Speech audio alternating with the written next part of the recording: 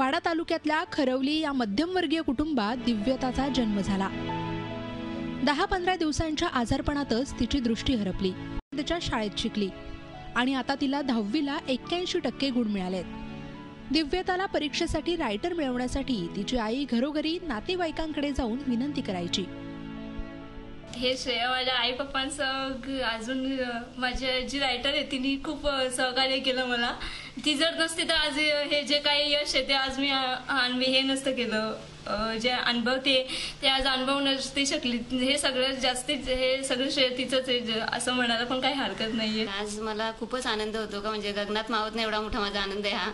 कारण माझ्या मुलीला दृष्टी नसताना पण तिने जे मार्क कमावलेले आहेत ते तिच्या बुद्धीच्या जोरावर कमावलेले आहेत। दिव्यताला पुढे शिकायचे, तसंच तिला गाण्याचीही आवड आहे। तिला गायिका व्हायचंय। आमच्या शाळेतली बांधा विद्यालयातली दिव्यता अधिकारी ही जी विद्यार्थिनी ती आमच्या शाळेत 5वी पासून प्रवेश घेतलेला आहे आणि 5वी पासून ही विद्यार्थिनी अतिशय मेहनती, त्या मेहनतीला तिच्या आईने खूप साथ दिलेली आहे। ते 10वीला असताना तिचा आईचा अगदी पाय ठिकाणा नव्हता, म्हणजे एवढे तिच्या आईने कष्ट घेतलेले। अंधत्वावर मात करून दिव्यतानं 10वीत मिळवलेलं यश कौतुकास्पद आहे। हर्षद पाटील, झी मीडिया, पालघर। झी 24 तास रहा एक पाऊल पुढे।